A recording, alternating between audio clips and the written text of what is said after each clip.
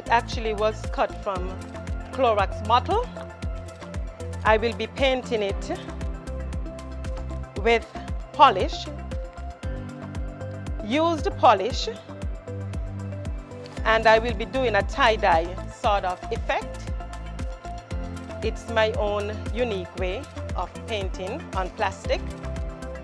Be sure to use your gloves when you're dealing with polish, but you can always use acetone or polish remover to get the stains off your finger. We're going to give this a few minutes or two to dry, and then we will do the other side. Let's turn on the other side, and we're going to do the same just as we do the front side.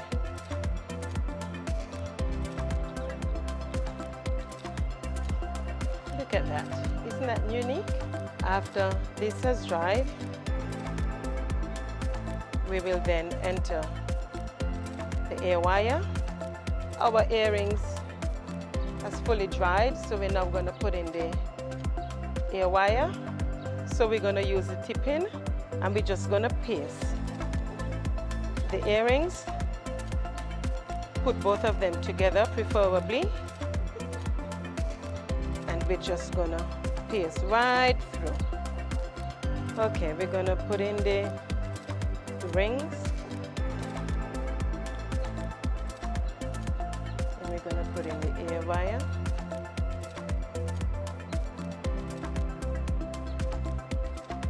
Now for the second one.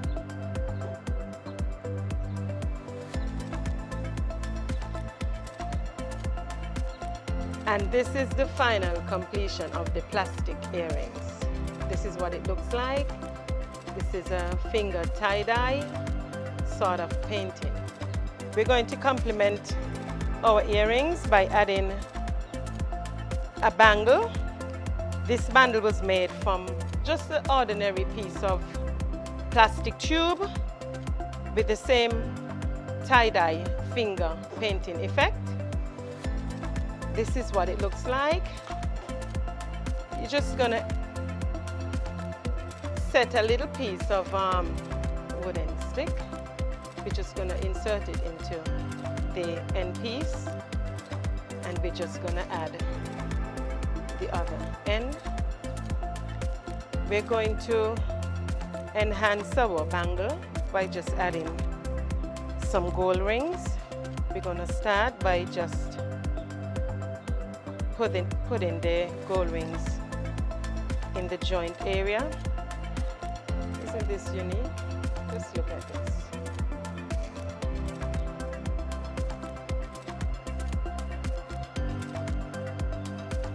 This is the finished look of the earrings and the bangle. I hope you've enjoyed this tutorial.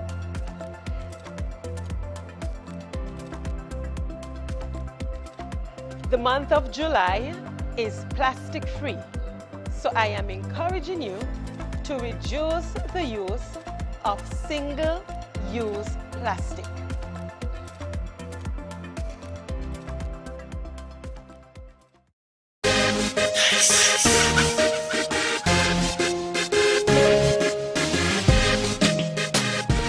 Tourism matters because it is the engine of sustainable development.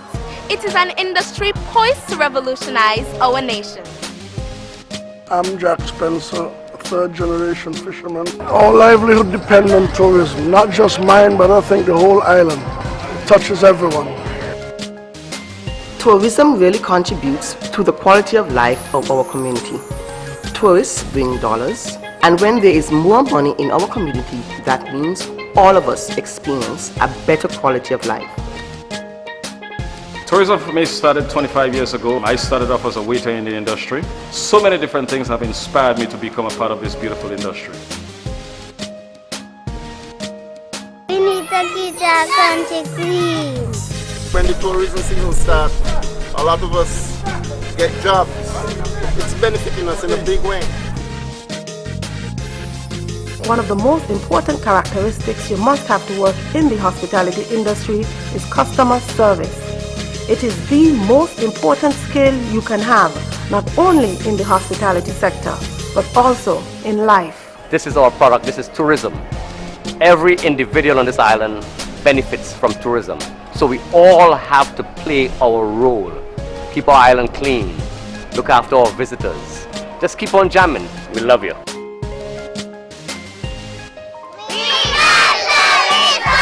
I am tourism. I am tourism. I am tourism. And I'm tourism. I am tourism. I am tourism. I am tourism. I am tourism. I am tourism. Follow your heart to St. Kitts.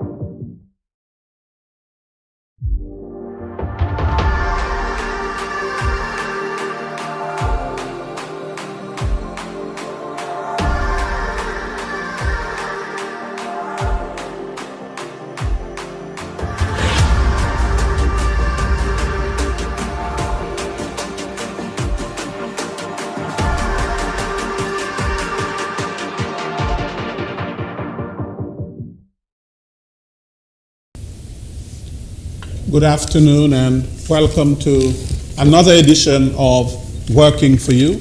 I am Les Roy Williams. I thank you very much for joining us for today's program. Today we are going to be having a discussion on gender, or the effects rather, of gender-based violence on the vulnerable population. And I have as panelists Mrs. Chanel Charles, who is the Senior Gender Officer in the Department of Gender Affairs. Chanel, welcome. Thank you, Mr. Williams. I also have Mrs. Grace Carr with us, and she'll tell us a little bit about herself later on.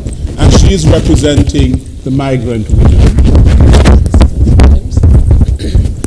And I have Mrs. Patricia Richards Leader, who is the Chief Executive Officer at the Grange Healthcare Facility. Welcome, Mrs. Richards Leader. Thanks for having me. And I have Mr. Anthony Mills from the St. Kitts and Nevis Association of Persons with Disability. Mr. Mills, welcome. Thanks. Right. We are celebrating, or the United Nations has set aside 25th of November to the 10th of December as a 16 days of activism against gender-based violence.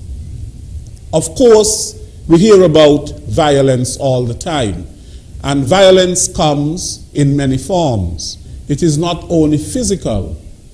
Violence can also be emotional violence. It comes in the form of some kind of abuse people who are being abused. So you have emotional abuse, you have financial abuse, you have psychological abuse, you have physical abuse, and so on.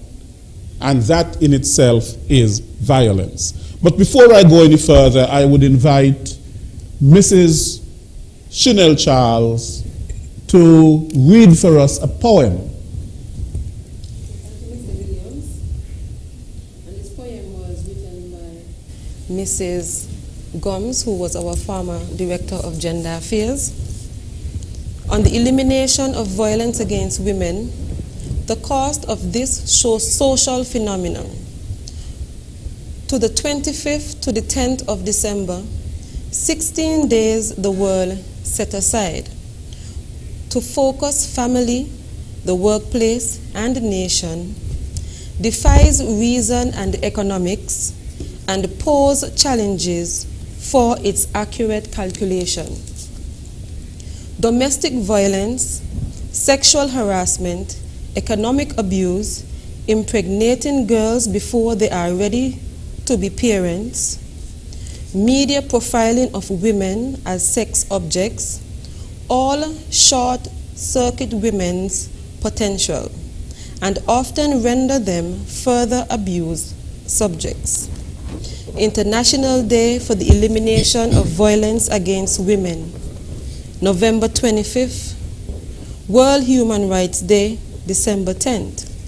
Two important days set off this period. We commemorate women's rights are human rights. When women benefit, the whole society they accommodate. Let us give women credit for nation building, family and community development, and for creating our own employment. Human rights activism demonstrate in the Buckley's riot and supportive network for sisters in need. Women hold up more than half the world, indeed. As we commemorate this period, let us remember those who paid the ultimate price, who are silent witness of this human right vice. The Honorable Sisters of the Dominican Republic, whose execution was ordered by the Trujillo of being in politics when they should be at home kneading dough. The 14 female engineer students of the Montreal Polytechnics who were murdered by Mark Lepin, who claimed they blocked his acceptance. Because of them, he left, he could not get a chance. Silent witnesses in our nation are many. Though some may forget, they are fondly remembered by their family. Michelle Weeks, Shamir Norford, and Janice Bolus. If it were not for violence against women, they would be amongst us.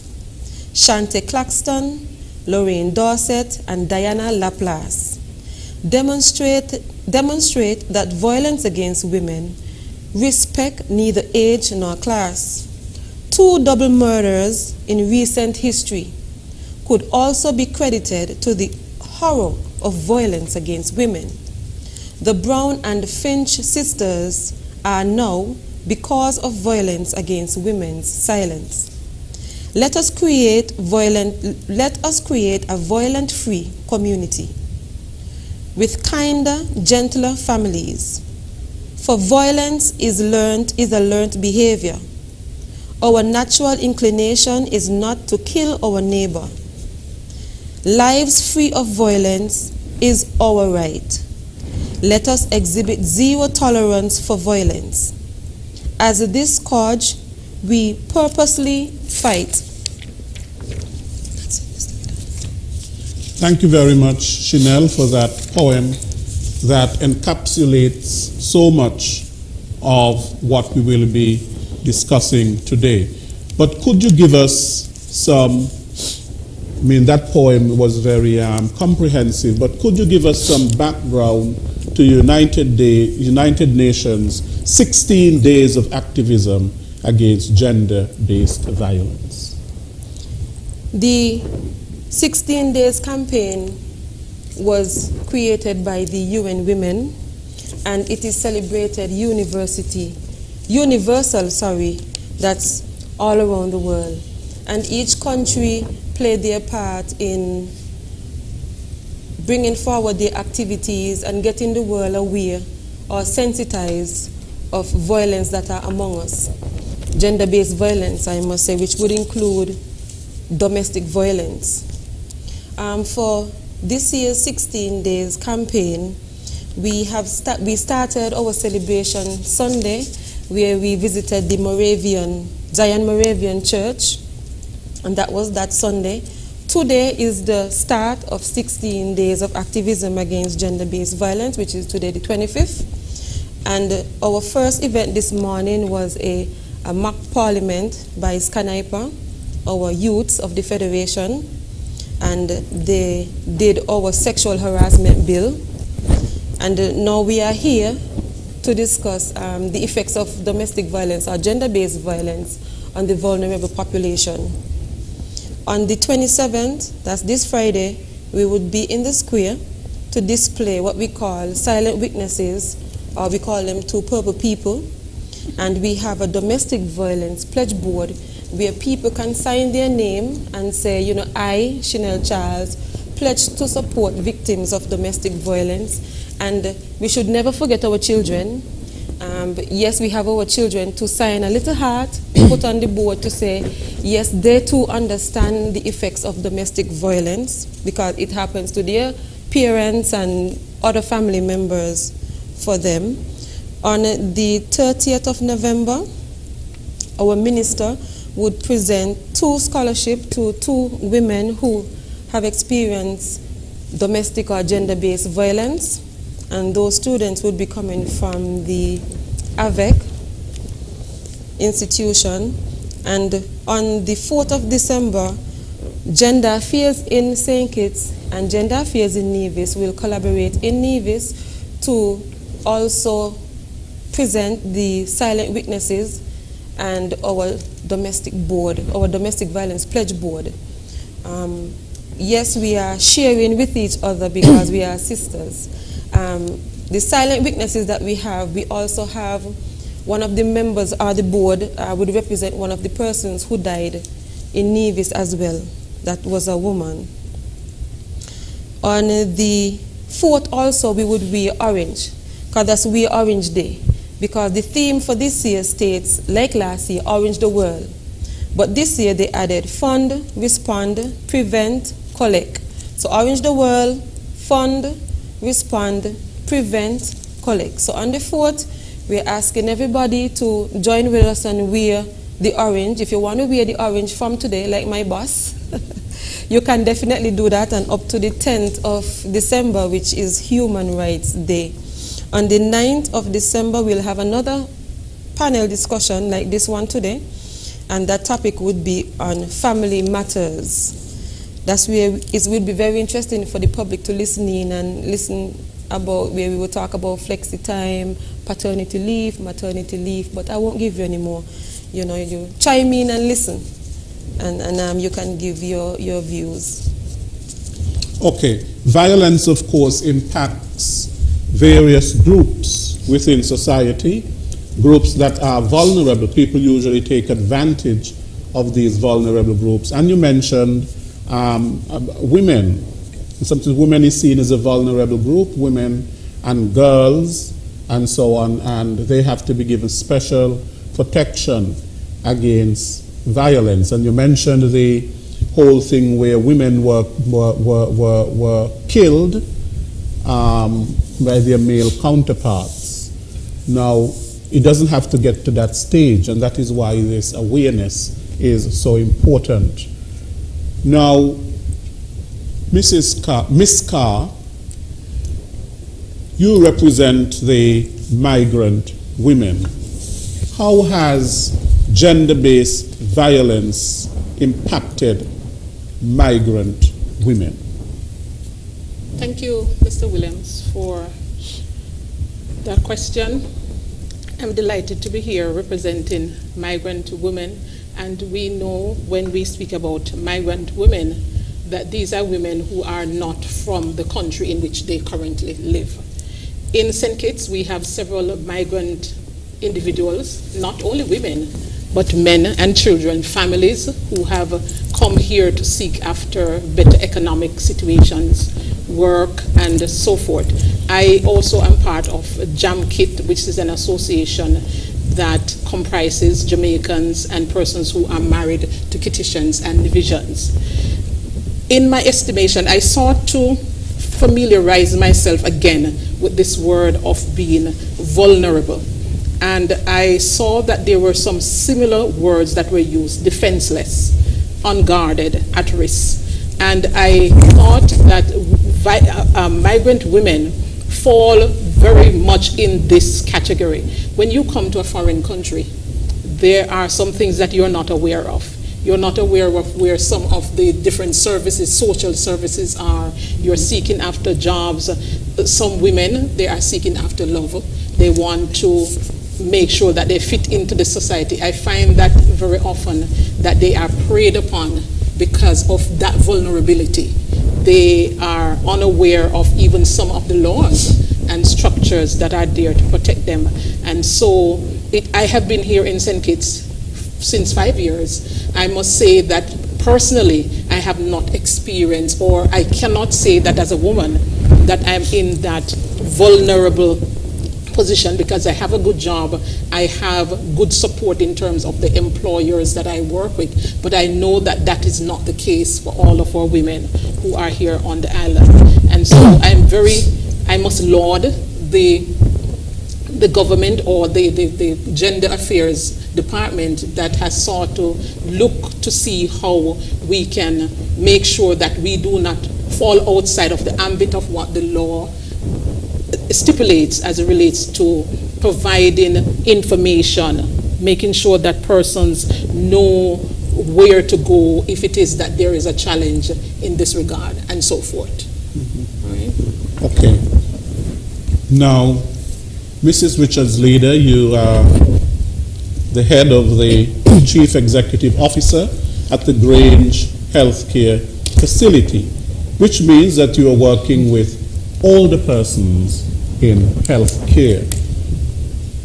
Now, how has gender-based violence impacted that group of persons? I think that when you look at the work I do, it encompasses all, men and women. If you look at it from a global perspective, it has always been that you'll find more women in care institutions and care homes rather than men, because women feel obliged, and globally, to care for their husbands or spouses. And then when these people die, of course, they've gone through the stress, ill health, and so forth. And more than often, they themselves end up. So there is a gender bias when you come to this thing. But for the last 20 years, on my return to St. Kitts, I actually decided to open an institution, a home, to care for the elder. The international definition of an elder really is someone over the age of 65. We know that is changing, and it's changing drastically. Previous to that, one of my deceased sisters and I had a group in the community called Community-Centered Care. And that was really a precursor to the Grange, where we went out and sought people and employed people to care for them and so forth. St. Kitts is no different to any other country in the world. And apart from the continent of Asia, I think I've worked on every continent. The global incidence of elder abuse is from 3.2 to 27.5%. Of that, 92% is against women. And 90% of elder abuse cases are perpetrated by family members. And more than often, adult children are the most common abusers. Rates can also be high in institutions like mine if you don't ensure that there is effective supervision and managerial issues addressed. So if you know that, say if I know that this is the case, and these are done by studies, you have international bodies that carry out these studies, then you need to put in place a proper system to care for your elders. It's about education. It's not just about giving a bath and feeding. It's about understanding the people that you are caring for. And also, I mean, for instance, in my place, I have 24-hour video and audio surveillance, and it's view anywhere. So if I wake up at 2 o'clock in the morning, I want to have a peep, I have a peep. And it's very, very difficult sometimes to make people understand that, look, your merchandise, when you're caring for the elderly, when you're caring for people with comorbidities, people who can't speak, people who can't hear, that you need to have that extra support system to help you out. You also need to be quite eloquent, quite educated about this thing when people say about institutionalized care. Because if you feel that a family member is the best person to care for their own, it is a very wrong perception brought out by all these statistics. Yes, in your own home is the best place, but you have to make sure that that family member is aware of what the aging process is. And when you look at the reasons that they give why a lot of older adults are abused, is caregiver stress. So it was very interesting. I heard on one of the radio stations this morning that the police department has said that during the COVID period, that the incidents of violence shot up. That's what they call the cabin syndrome. You're locked in with someone 24 hours a day, especially during the lockdown period, and there's only so much you could take. Maybe you've got children there, you've got people of all ages, and whereas normally that's good for integration. After a while, it's like being on a cruise with one person. You know, you could only go for 2 weeks. After 3 weeks, you just want to run away from them. It's just too much, you know, and you lash out, you're stressed. And sometimes your own needs are not being met. Last year when I went to the Gerontology Institute workshop in London, 44% of lone caregivers either die, suffer strokes, or have some morbidity issues because they are left, maybe sometimes not alone, but it just becomes too much. Employers need to be aware of who you are putting to care for these people. Do they come highly recommended? Do they have a police record? Don't just take that they used to care for the woman up the road. You don't know what they did. And if they're locked in there for 8-9 hours a day while you go to work, do you know that it's not the dog or cat that ate their food? Who supervises them? So there are a lot of stuff that we need to do, and this should not come from down up. I think it's about time that the government set up an elder abuse prevention unit to look at what incidents. We don't have elder abuse laws. We have domestic violence thing, and you know, they did it in 2000 and they forgot the elders, and it was reviewed in 2005 and they forgot the elders, and that is blatant discrimination. We have a way of whatever doesn't sound good, look good, or whatever we think should be left at home. That's why we call them shut-ins. Well, who shut them in? We shut them in. So we need to expose them to the world, take good care of them, and stop this inherent intrinsic prejudice that we show against not just women, but everyone.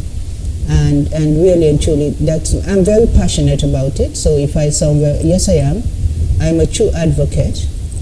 Educate the people who are looking after your people, and not just how to give a baton. Tell them how to look for abuse among the people, and tell them to stop the abuse if they're going. If somebody is supposed to go in to someone to care for them 3 days a week, who's supervising them? How do you know they've gone in 3 days a week? If they've sent them to buy a pound of sugar with $20, how do you know they've given back the change? These are the type of things. Who documents what they've done? Who documents the time they go in and out? Because that is abandonment. It's neglect. Why are you telling them when they die, leave that chair for you? They know they're dying anyway, but they don't want to be reminded just for your material gain. There's a whole wealth of things.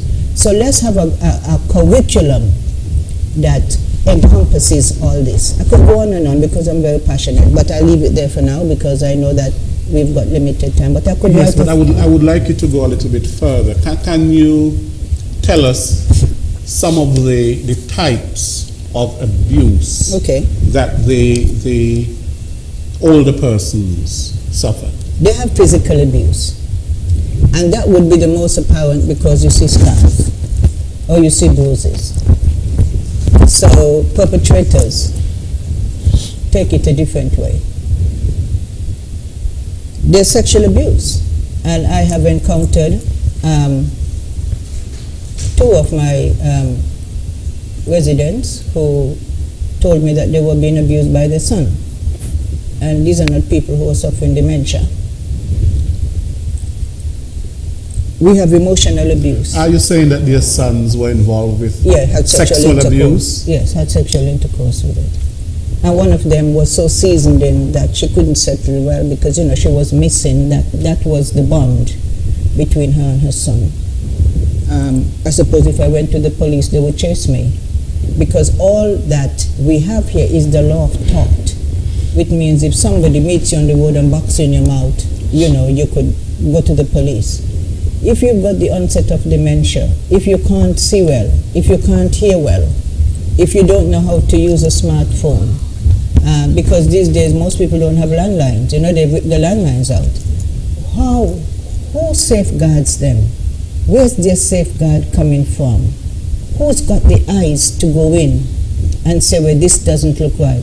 Why have we got such lovely, wonderful laws protecting children when these people are also classified as minors and there is no law to protect them? Then we have, of course, the financial abuse. Somebody might meet me outside and tell me to go back to England where I was, but the greatest financial abuse comes from family members, ministers of religion, and lawyers, in that order.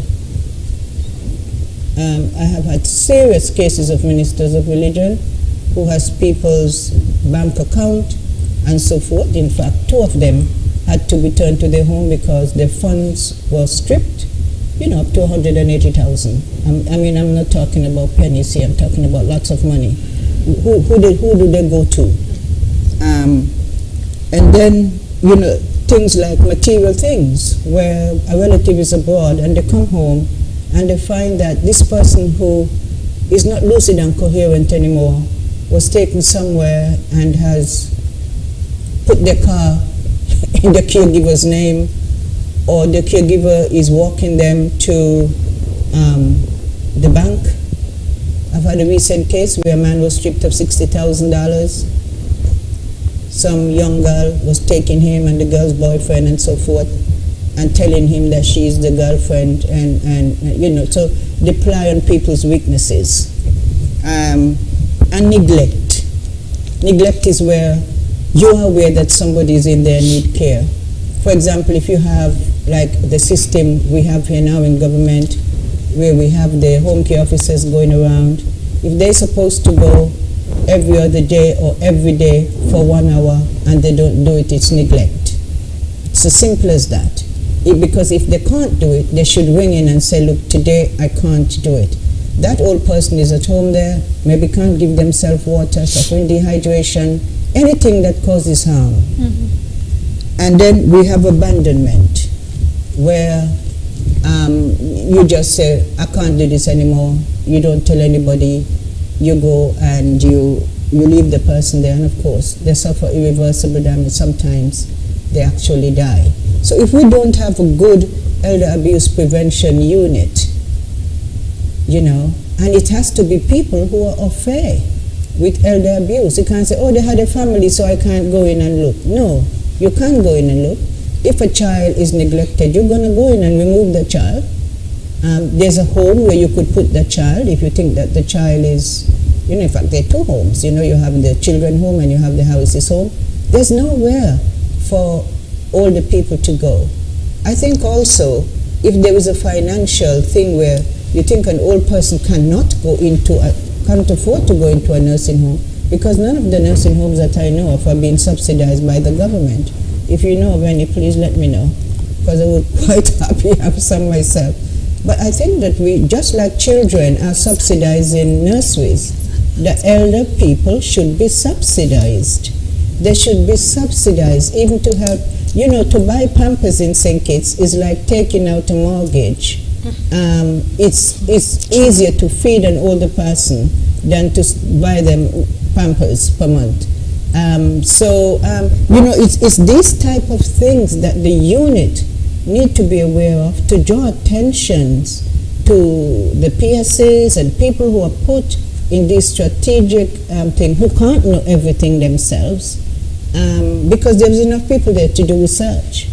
Nobody's ever come and asked me anything, and you know, I've been going for 20 years. So if we're going to create a them and us situation when it comes to vulnerable people, then we're not going to get it solved. And also, we need to also look at the thing that caregiver stress is one of the things, but also substance abuse by family members, you know, that really diminishes their rationality and lucidity of what's going on. So if somebody is high, are they going to remember to feed the older person? So these are some of the things that, Mr. Williams, that these are the main forms of neglect. And I'll give somebody else a chance, but I'll come back and tell you some of the principles that the International Council on Active Aging advises for us to address this. Okay, thank you very much, Mrs. Richards-Leader. I now invite Mr. Anthony Mills from the St. Kitts and Nevis Association of Persons with Disability. Now, Mr. Mills, how has gender-based violence impacted your group? Well, a lot of what has been said so far applies to people with disabilities, because let's not lose sight of the fact that at the end of the day, people with disabilities are just people, right? And because in a lot of the institutions where you would file complaints and stuff like that, there's no, like, let's say if somebody can't speak and they go to make a complaint, the police don't understand what they're saying. There's no police officer or somebody trained in sign language. There's nobody on call who they could call and say, well, come and interpret for us. So a lot of the times what happens is that people with disabilities would encounter violence against them and not report it. So a lot of it goes unreported. And like older people, a lot of it is at the family level. Young people with disabilities, elder people with disabilities are abused by their own families, emotionally sometimes, just because maybe they can't do things the way other people would do it, and then you get talked to in certain ways where that becomes emotional abuse. And a lot of financial abuse goes on with people with disabilities, because people tend to think that you can manage your own money. So in their misguided way, they manage your money but not in your best interest. You know? And a lot of that happens with people with disabilities. And then our funds are limited in a lot of ways because most people with disabilities don't have a job. You know, so they depend on either family members to help them out, who most of the time would reach to this point and then, well, I can't do it no more, so that person suffers, or they depends on government checks, and then there's people who would take these checks from them. So, and then we have heard cases of women with disabilities being raped, and it's never brought to the authorities' attention because a lot of time the authorities don't even believe it.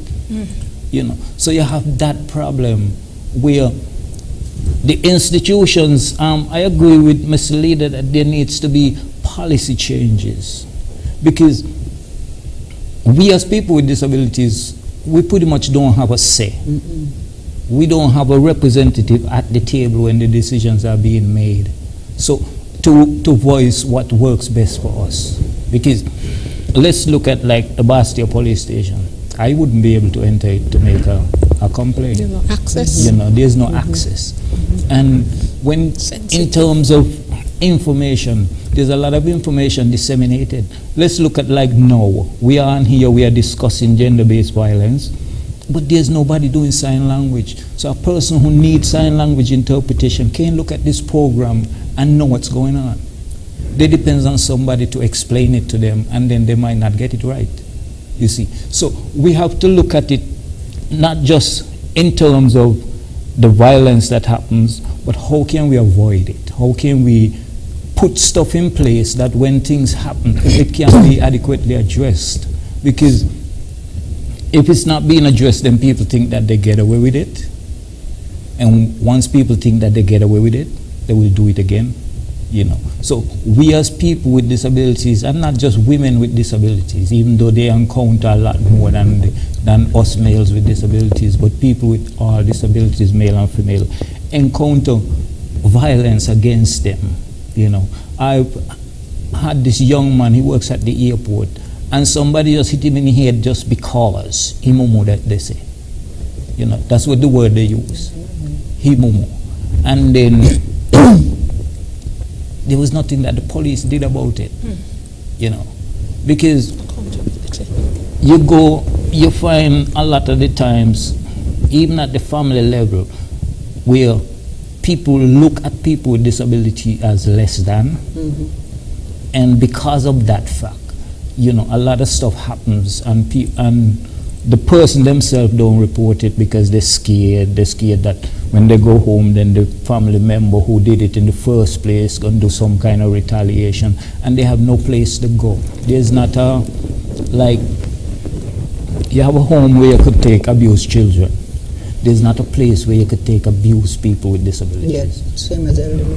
You know, so you have to go back to the same home where the abuse is happening, whether it's financial, emotional, physical, but you have to live in that environment, you know, because there's no way to take you out of that environment. So these are some of the things that they need to, and I'm hoping that when we do get to the point where we can bring a national policy on disability to the parliament, that things like that would be included in it, and that it wouldn't be done without the full inclusion of people with disabilities, because we as advocates, we have a saying that's nothing about us without us.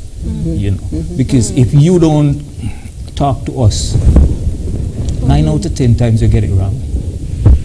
So you have to have us at the table addressing the violence, addressing the abandonment, because what happens sometimes, people with disabilities, they're just left at home by themselves. You know, nobody come in because maybe the family can't afford to pay somebody to come in. And I remember during the COVID lockdown, we had a couple of our members who called to say, well, nobody from social services came to visit them to see how they were doing, how they were getting along. And they had issues where they couldn't get their prescriptions because they couldn't get out and go get the prescriptions. So, you know, these are things that need to be addressed, you know, because really and truly some of the isolation is not just by family, you know, it's by the society it's itself, you know. And these things, if we don't address them, it's only going to get worse. Yes, you know. We have, as a country, have signed and ratified the UN Convention on the Rights of Persons with Disabilities, but we have not begun the full implementation of it. And if you look at it, there's an article in it that talks about violence against women and girls, you know, and that would help us to address that when it comes to people with disabilities. Not only, we also have to incorporate that into the whole gender policy of the country, because women and girls with disabilities are just women and girls. So whatever policy you would put in place to address violence against women, it must include violence against women and girls with disabilities. Yes, and as Mrs. Leader mentioned earlier, gender is not just about women.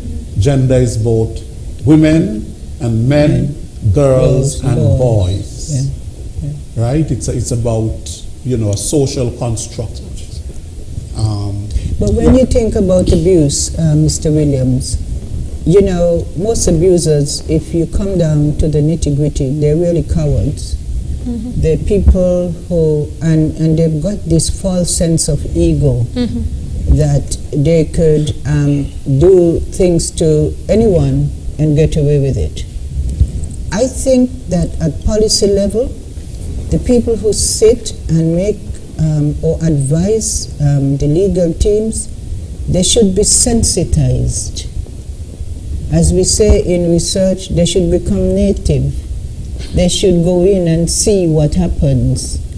And then they could give a very rational and honest opinion on what it should be. I mean, like Mr. Mills is saying, how could you advise a minister on disabilities or help for this if you yourself hasn't taken time out to go and see how they live and how they survive in it? I have had people say to me, I would really like my mom to be cared for because it's hard for me, but you know, her pension goes to pay the mortgage. Well, I mean, that is financial abuse in every way that we can, and because that person has already cared for their family. Their little pension is you're supposed to be. I mean, we're in a different world. I mean, I know that from my first paycheck, I cared for my mom. You know, you had that pride of going home and giving her something. But it seems like, you know, in these days you have a child for your life and his life, and nothing comes back. It's a one-way stream. Society has changed, and, you know, I'm not saying that we should go back to that way, but surely you need to ask the people with the experience. We don't have one gerontologist in this country, yet every year so many people go to Cuba. Cuba has got one of the best gerontology systems in the world, but nobody is interested in, well, I think there's one lady there now who specializes in that, thank God. Because look, the old people have already lived their time. I have had doctors who say, why are you so worried? This person is 80-something years old. Well, I have nurse residents who are 103 and 105. And in fact, they died without having any forms of dementia. So the chronological age sometimes has nothing to do with defining this person as, you know, as an elderly or older adult. We need to be more respectful. When I was a child, I knew the name of every old person in my village. We had to sweep their yard, wash their dishes, run over in recess time, and so forth. I know it can't go back to that, but where is the respect? Where is the respect? Yeah? So. Okay. Now, what has the response been? Or what kind of response would you like to see in terms of the gender-based violence and its impact upon your group? Mrs. Carr. Miss Carr. I don't know why I keep saying Mrs. You're Miss Carr. Miss Carr, or you could just simply say Grace. Right, Grace. Thank you, Mr. Williams. You know, there's so much that has been said at this table that just rubs you the wrong way. You know, all of us are so interconnected, Mrs. Leader, that you know, I wanted to almost chime in when you're speaking, because That's okay, the whole matter of society has changed. The basic needs of our society hasn't changed, though. Respect, love for one another, taking the high road, doing unto others what you'd have them do unto you. Those are things that are generational.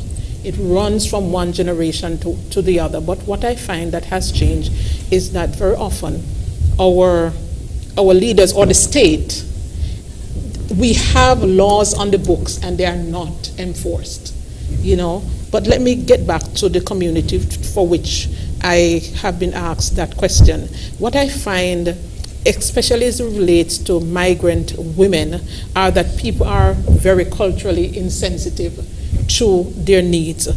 A woman, she might find herself in a country, some persons have probably overstayed, for whatever reason, you know, that is not the issue.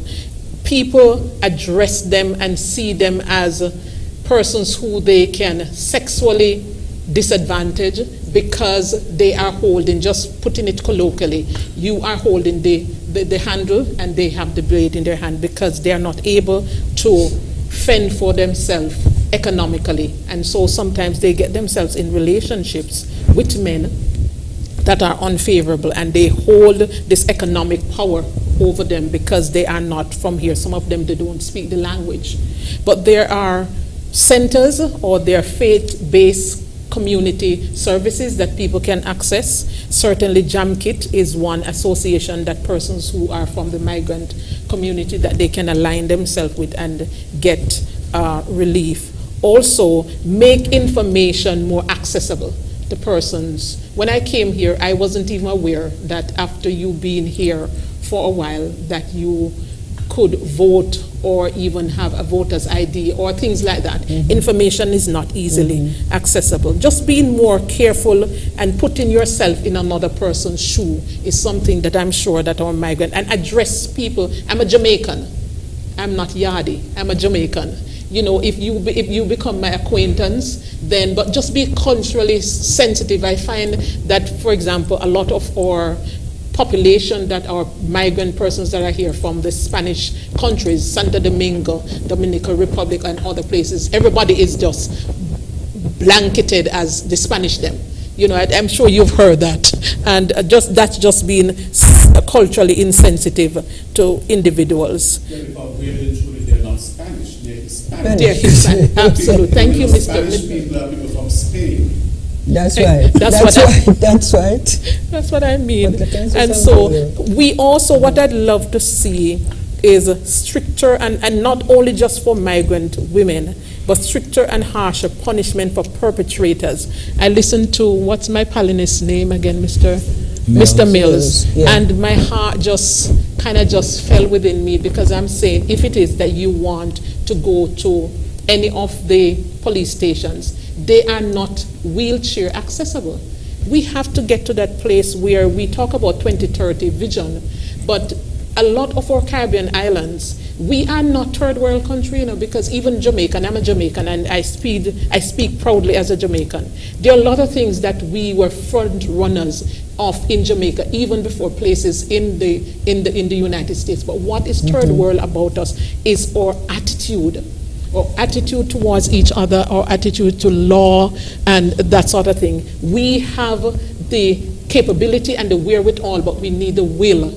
We need the will to do what we are supposed to do by our elders, by our persons with disability, by our migrant population, and also by our women and children. But you know, somebody like me who's been a migrant nearly all my life, from the age of 18, one of the things that I think an association like JAMKIT needs to be able to do is to set up little orientation classes for your people. Yes, we have been doing I have about 6 Jamaicans working for me. And you've heard any of them ever mention about JAMKIT meetings? Yes, they do. Yes, the thing is, I have heard them call themselves Yardis. We are Yardi. We are Yardi. Okay? Yes. So you need to tell them that they need to have self-respect. Yes. I've had some of them who've been here for 3 years, and I'm the first person who discussed with them about a social security card, or even sponsoring them with a work permit, because they were quite happy working and not paying their social security and so forth. In fact, last week one of them said, you know, you're the person who really enlightened me. Yet she's here for 3 years and so forth. Information. Yeah. If they come to me for a job and they've been delinquent, they're going to go up to National Security and pay their debt. Yeah? That's not ill-treating them. Yes. That's being honest, that's being legal, and that's also caring for my country. If you owe debt, you have to pay it. Because if they get ill and they go to the hospital, then, you know, it takes money. But I quite agree with you on that when people feel vulnerable, sometimes they let their guard down. Yes. And they accept things that they would not normally do. And if you put it back in terms of somebody who's disabled, somebody who's old with morbidities, and don't forget the banks. It's only in recent time that you see a ramp by a bank. So when these people want to go and get their money, they had to sit outside and trust somebody to go in and get this money for them. Yes. You know? And it's only when people start getting their pension. Lord, nothing have friends, so people who wouldn't even ring them up on a Sunday and ask if you want a plate of food. As soon as they know you have a pension, if you come from Canada, England, and America, it's even worse. You have friends, it's okay, because they want to exploit you materially and financially. The government needs to take a stand. Sometimes we have to do things up, down, but I think for 20 years I've been begging for an elder abuse law. Well, if the law is taken, most developed countries have an elder abuse law. They call it all type of things, Gerontology Act and blah, blah, blah. It's not there. We need to put it in place. Look at how many centenarians a small island federation like us have. It's in the teens. That's the amount of, at one time we had, I think, 17. I don't know how many we have now. But people are living longer. I can't recall so many. Yes, I think they were, yeah, they were. And then they were 15, and I don't know how many they have now. But at one time, they had, when Joville was there and Azilla was there, they had that many. I don't know how much it is now, because the link is. But when I was teaching the programs, of course, I had to know it so that I could be accurate. But whatever. You know, you're not going to get old without having some type of disability, because everything in life is a trade-off. You live to 80, you're going to be hard of hearing, you're going to have this deficit, whatever. Please let us put in place all these things to avoid abuse of all of us. And actually, you know, when you look at this thing about gender, even men are abused. Yes, you know? Yes. I think a lot of it comes down to education. Yes. Yes. And I think yes. Our society need some sort of re-education, because constant education. We tend to write off certain subgroups, like we tend to write off the elderly because they're old now, so they need to stay out of the And call world. them shut-ins. Yeah, and you tend to write off people with disabilities. I still have people asking me why I don't stay home, you know, till the day today. To your face? Yeah. I mean, why would I want to stay home and continue looking at the walls 24/7? You know, the room seems to get smaller when you just shut in, as they like to say. And people tend to think that it's best if you have somebody looking after you when you're quite capable of looking after yourself. Right. That's right. You know, so these are a lot of the things that we need to change, because when people tend to feel that it's better if you have somebody looking after you, then a lot of times abuse come into it, because the person who feel that obligation to be looking after you, and they don't get to live their life the way they would want it. But their personality clash. Yeah. Their personality clash. It doesn't matter how much you love that, but your personality clash with your own children. So we have to look at doing things differently. We have to ensure that we put policies in place, and not just at social affairs and gender affairs level, but we have to look across the different ministries them. Social security have a part to play, labor department has a part to play, because people are living longer, people with disabilities, a lot of the time people don't believe me when I tell them people with disabilities, most of us are not sick people. It's not like we're sick. And then people like to say, oh, you're suffering from blindness. Blind people don't suffer. They just happen to can't see. It's not because they're sick. A person in a wheelchair might be more healthier than a lot of other people. But because of how our society is, remember, we just started seeing people with disabilities out in the street and going about their business. Used to be you have a disability, you're at home, somebody come in, they give you a little piece of food and they give the hand-me-down clothes them, and it still happens. But, you know, a lot of that is changing, but our society needs to understand that young people with disabilities currently are being undereducated. You know, a lot of people don't like to hear me say it, but it's true. They're being undereducated because we have this sort of one-size-fits-all education for persons with disabilities, and it don't work like that, because some are able to learn at a higher level, and you should give them that opportunity. And so to end some of the discrimination, there needs to be more, like, I don't know if you would want to say more forums, more education, more outreach, and that has to begin at the government level and across the government, not just specifically to certain ministries, but it has to be across the and it's got to be all inclusive. It's got to be private. We still have this thing, which in a way, you know, it's quite discriminatory when you have the them and us. Yeah.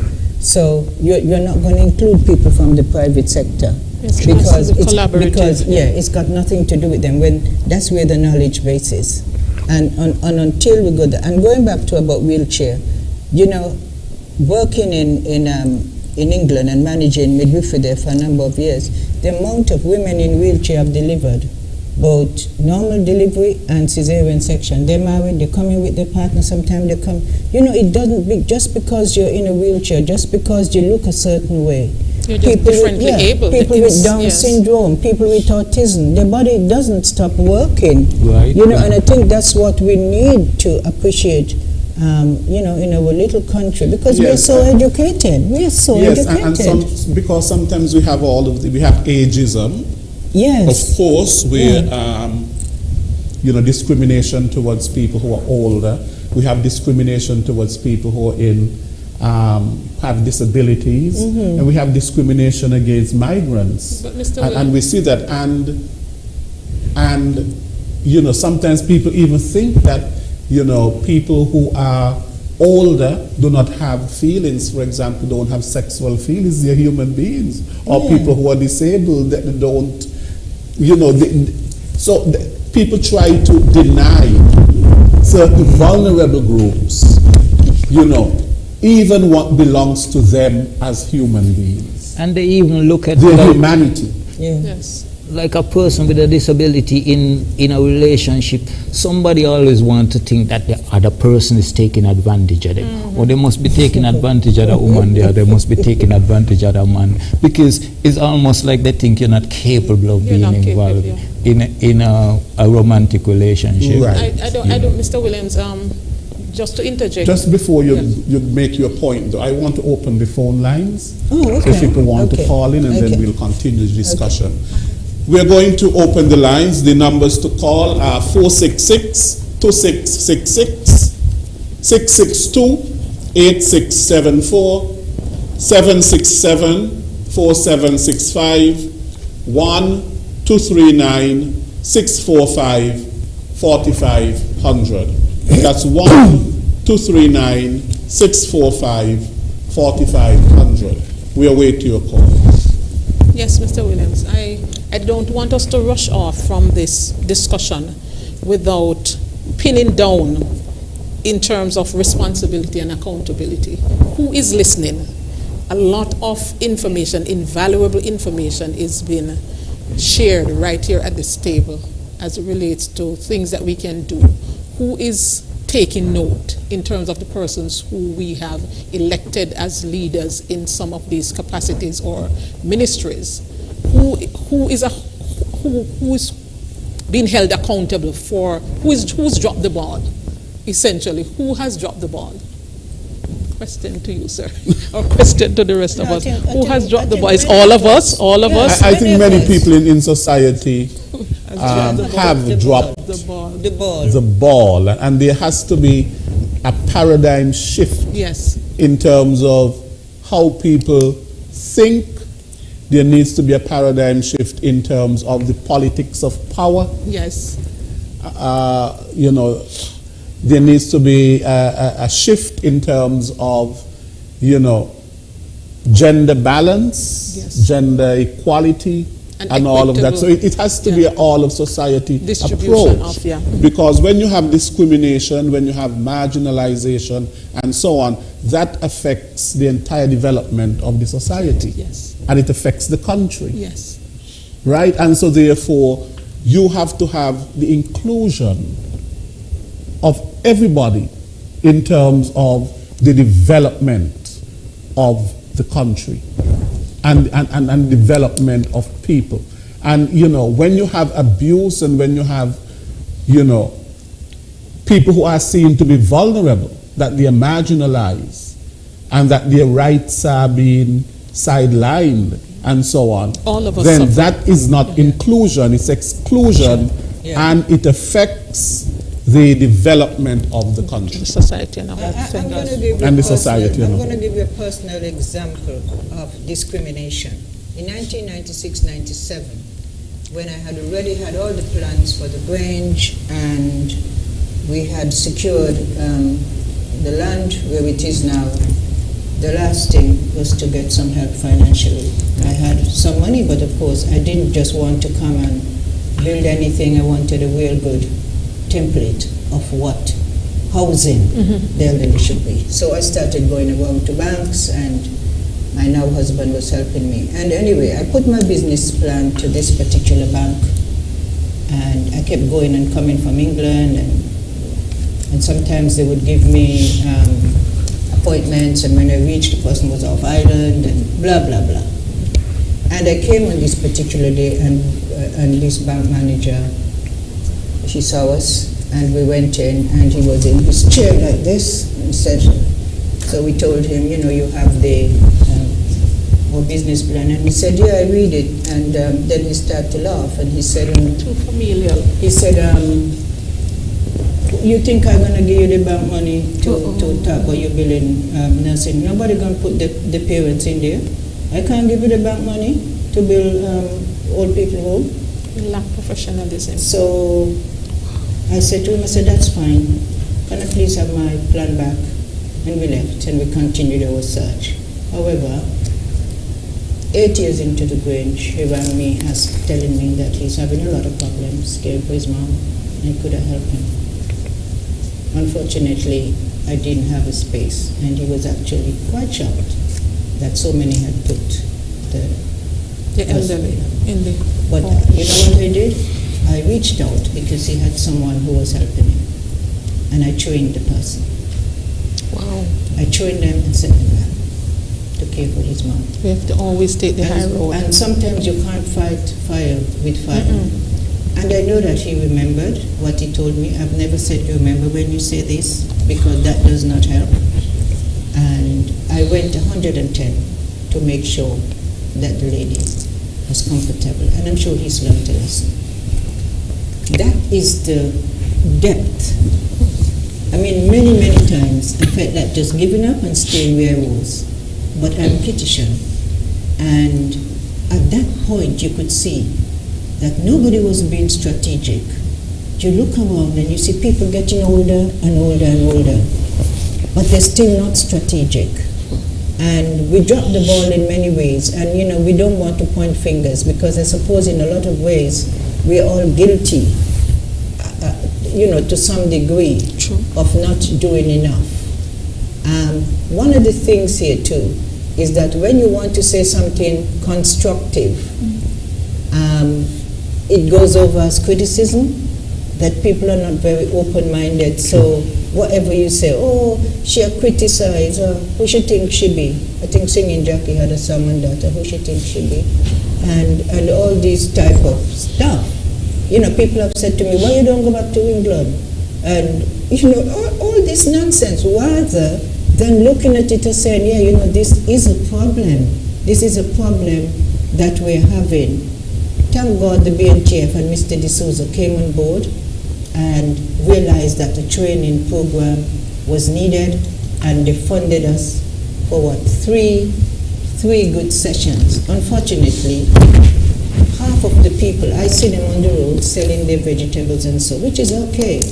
But you're going to take on such a course, you know, we spent a lot of money on it, and still the people, you know why? Because care of the elderly as a job is seen as lower than. Yep. You don't have dress down Fridays where they could, you know, all up and down in their jeans and blah blah. And if people come to the Grange and they see me in my uniform and they say, oh man, no, you just do work. Well, I mean, you have to teach by example. Exactly. You know, you have to teach, you have to show people how. You cannot teach care of the elderly on a mannequin. Okay? People have to be out there, seeing what's done. Ask Celia, she did the course. You have to be out there. Here the people, you know, when the people with dementia abuse you, they call you all type of names under the sun. You can't say, oh, me ain't gonna feed you. You have to understand what dementia is. A mannequin don't do that. Sure. A mannequin is not gonna call you the most degrading thing on earth. You just take me husband, go away, you know, and all this type of stuff. So we need to get real. We need to get real. Stop this competition about who am I and I am this, and nobody cares about your designation when it comes to prejudice and when it comes to designation. I mean, you know, to care. Let us get real. Let us look at what is staring us in the face and address it. Yes. Now what has the support been? Because while we speak about vulnerable groups, they don't require the same level of support. They require even more support because of the vulnerabilities. Not less support, but more support. They require true advocates. Yes, and true advocates on their behalf. What has that been? What kind of support have you received? You know, Mr. Mills. As an advocate for people with disabilities, what I've found a lot of the times is people don't really listen. People don't, because they tend to tell. I remember one time I was speaking to somebody who worked for government, and I was talking about housing for people with disabilities. And his response was, well, nobody's stopping her from applying. So I had to. The house is built. That is what I had to bring to his attention. If you set up a project and there is no floor plan that addresses people with disabilities need, then in effect you are telling us not to apply. Exactly. It's like we've been asking for years for them to revise our building codes, because what happens is that you build a building and you claim that you're not stopping us from coming into the building, but you put a flight of stairs at the entrance. And even when sometimes there might be a ramp at the entrance, it's not built properly. And then the building will have a second floor, but there's no way to get to the second floor. Yes. So just let me put a pin in there. When I taught at CFBC, I used to see a mother who would put her son who was disabled on her back and take him up the flight of stairs just so that he can be at class. And we can say, oh, It's very admirable that she does that. But we need to ask the questions. Why isn't there a ramp or a lift or something like that?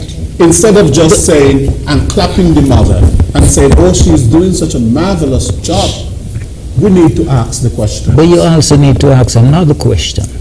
What if she wasn't willing to do that, dear? Or able to do it. What if she was not able is another question. Yes, so then what would have become of his education? Because remember, she did that from preschool to Clarence Fitzroy. Across all, he went to Sandy Point High. And she had to do that while he was in Sandy Point High, while he was in St. Paul's Primary. Through school. So what if she wasn't able to do that or willing to do that? You know, we have to look at what the type of education. And the question that must be asked, should education come at such a price? Well, we as advocates for people with disabilities, we advocate that all of the schools be made accessible and all of the assistive technologies be put into place. Because, okay, there's a system called the Education Network, but there's no assistive technology built into it. So that people with disabilities with certain disabilities won't be able to access that system, right? And then the schools are inaccessible and teachers are not trained to deal with people with certain disabilities. So you find that the only option for a young person with a disability is to go to a specific school where the curriculum is not at the same standard as the other schools. So then that causes them to be undereducated, you know. And so these are things that we have to look at and try to make changes. Mr. Williams, you brought that particular situation to the fore. I don't know how long ago that was, but has the situation been rectified? It has not been very long ago. This would have been like in 2016, 2017. So let's say 20, at least 2 or 3 years ago. But apart from that, who is addressing what is it doing or has done to that mother's health? Exactly. And if she is the prime caregiver, I don't know the case, for that child, we are shortening her lifespan. And if she goes, who's going to care for him? Which goes back to it could be 5 or 6 years. This thing has very wide implications. It's not easy taking. It's about 6 years. But it goes back to I remember when we were trying to help him to get a job. He's finally gotten a job at the hospital. And one of the problems in him getting a job is access. Most of the places where he could have gotten a job. So because the hospital is a little more accessible, he has now gotten a job. But nobody has done nothing to change the situation where that another parent wouldn't have to go through that there. You know, and we may not look at it in the traditional view that is really abuse. Of course it's abuse. It's abuse, and it's abuse. It's really not nobody coming and hitting you or anything like that, but it is really abuse. Lack of caring is abuse. It goes back to the point that Mr. Williams made earlier, that some of the groups of vulnerable individuals, if they continue to be in those vulnerable positions, it affects all of us. Because as Mr. Mill says, what if, and all of us agreed, what if that mother didn't have the willpower or the strength to be able to do so? And as you said, Madam, if it is that she becomes ill, who carries on the whole family? You know, so once we move towards eliminating some of these vulnerable groups, then all of us as a society, we rise. We rise. I think prejudice is so inherent that some of us take it for now, and we don't call it prejudice or discrimination. Or abuse. Or abuse. But because it's become part of the system, and it feels normal. People normally. And it's so familial, you know, it's so familiar, and we're all. People like to prey on what they view is weaker. Because it's power. It's about power. It's really about power. I am more powerful than you, and so therefore I can prey on you. And that is what abuse really is. Abuse is about people using their power to hurt other people. And hurt people hurt people. Yeah, it's the weakest link, isn't it? It's like It's really a weakness link. Yeah. So the question that must be asked And is, answered. what is weak about a person in a wheelchair? What is weak about someone who is a migrant? What is weak about an older person? They perhaps have some strengths that you don't have. But everything is really confined in a certain thing to the physical, sometimes to ethnicities and race and class and so on. And, you know, you don't have to be hitting anybody, but the name calling. For example, even with the LGBTQ communities and so on. There's a lot of violence taking place in terms of songs and what people are saying and the names that people are being referred to, and nobody is seeing it as violence. No, but it is really violence. Of course it is. It is. Insensitivity. And another thing is, you see, when you're asking about what is weak, is that we make these people weak because we break their spirits. We make them feel lesser than. We make them feel demoralized. We make them feel in all this type of stuff. And it's just... And that is where the emotional abuse, the emotional and psychological abuse, it necessarily doesn't have to be physical. But when you make people feel that they are less than, they behave that way. And that's where associations like yours could come in to give people a space, a safe space, and direction. Yes. Because and after support. a while they start demeaning their own selves. Yes. Like one of them telling me, me a yardie. I said, no, that doesn't go here. You know, you have a nationality. I don't know about that nationality. So after people tell you something, after a while, you really start believing. Yes, even if you're not saying it in jest. Yes. Okay? Because It very starts often, sinking. sometimes people refer to you, but as I said, it depends on the relationship that I have with the person. It can be understood. But if it is that you're just being culturally insensitive towards me, that is something that I would shun. So those are things that we have to help person to be more self-aware. Empowerment and self-preservation is something that we have to, in these communities and association, assist our migrant women and children to the law. Should come into force as to why a lot of these migrant women especially are paid less. A lot of them are paid less than the minimum wage. Yes. And they accept that because, for one, they're glad for a job and so forth. But people should not be breaking the law just because they think somebody really wants a job. A job so to so economic education discourse. To that they need to understand as well. But human beings generally are just racist and discriminatory. I mean, I lived and worked in Kenya for 6 years, and they have got 42 different tribes and 100 different dialects. And although they're Kenyans, they find little silly things a lot of classism to is there. discriminate against. So you would find the Kikuyu tribe who are the most affluent, the Kikuyu and Luos who are most affluent and educated and so forth, would say that they're not married to this person. And they would not say it because of the tribe, but they would say, oh, because their men are not circumcised, or some ridiculous thing in there. There's a lot of traditional but things there. Anywhere I've lived in this world, I've seen it. But when it comes to this state where it's actually damaging people physically and emotionally, that's where the problem is. I just want us as a nation to just start loving each other, whether for whatever views we have, whatever views we might have, everybody's got their rights. And, it's about having choices. Whatever choice you make doesn't mean to say, well, if you believe in this, then I'm not going to give you this. Be it religious, political, or whatever, at the end of it, it comes down to us being human beings. And as long as we're breathing, we need to be given good care.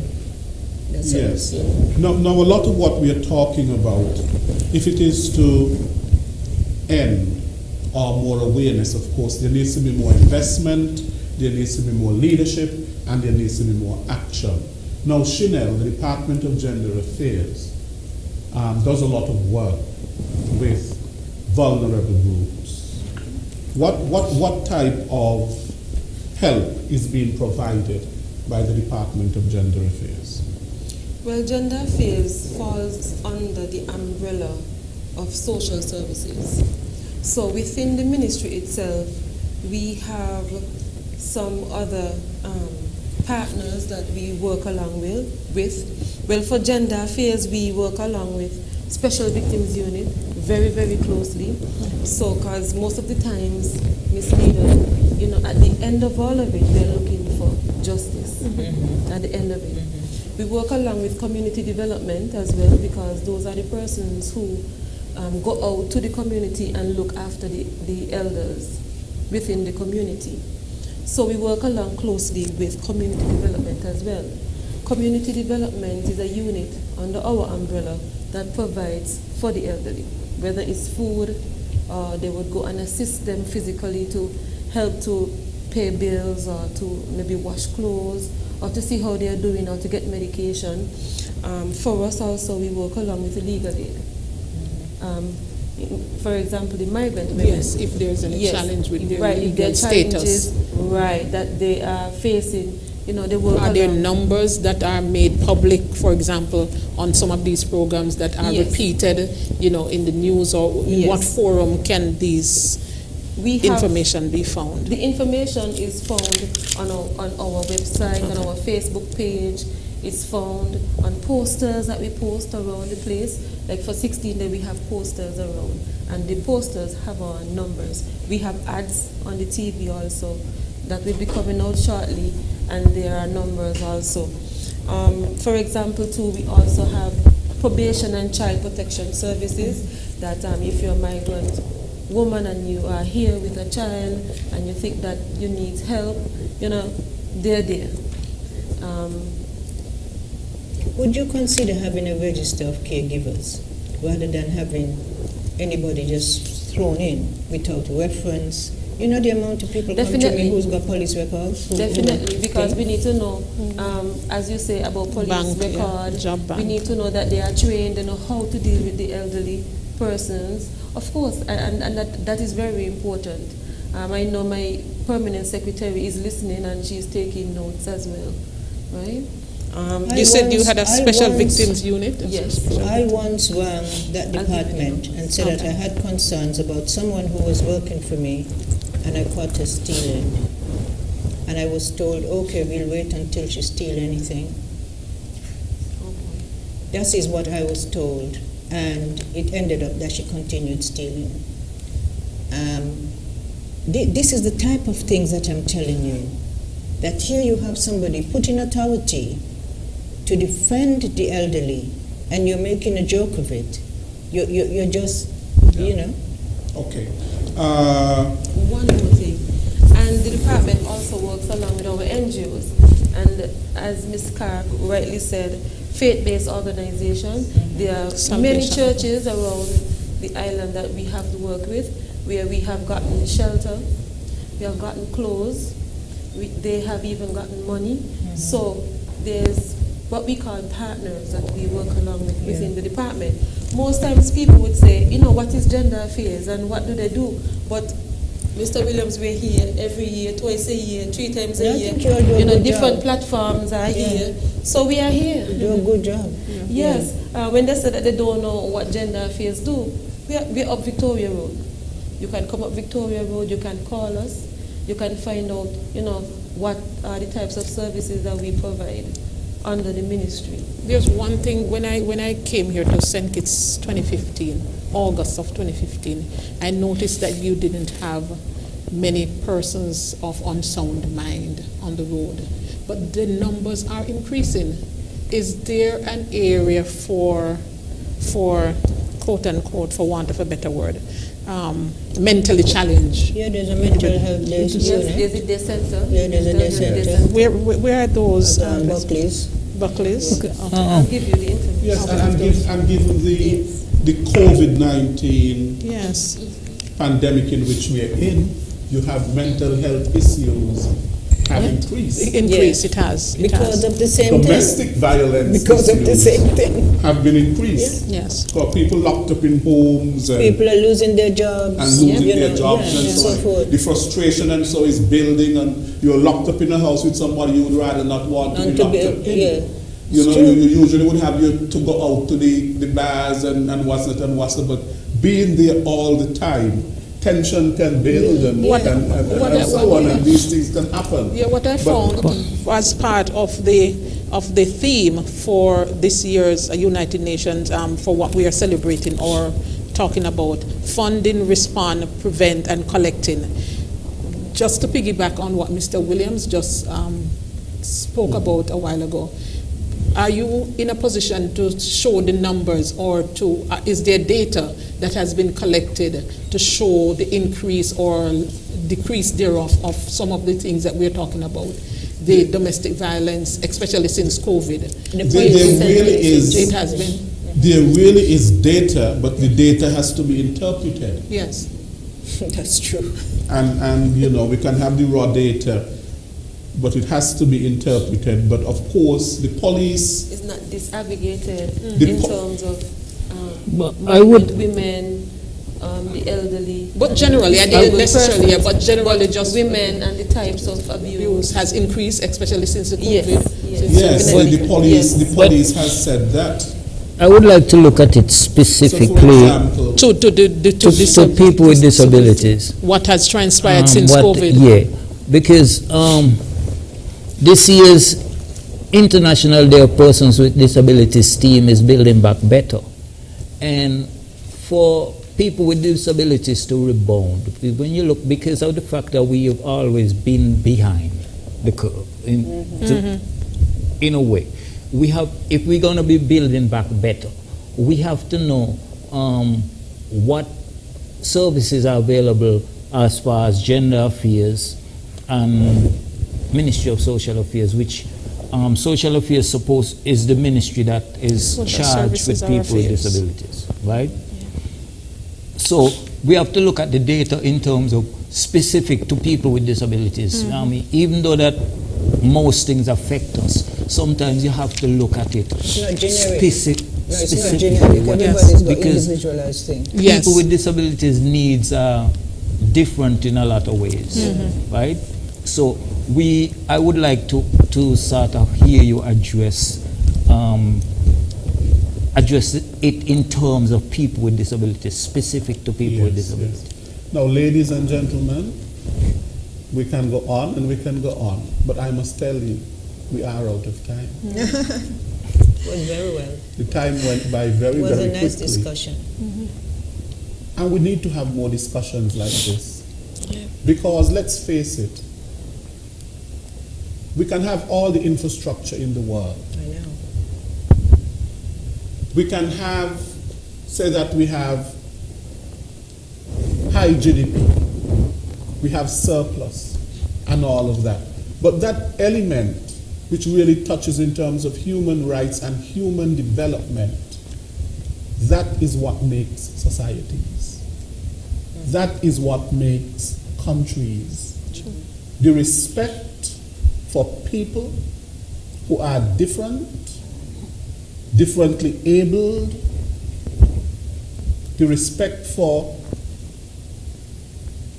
migrants, people of different ethnicities, races, religions, all of that sort of a thing. It is then that we have a society, a model society, where we have respect, equal rights, and justice for everybody.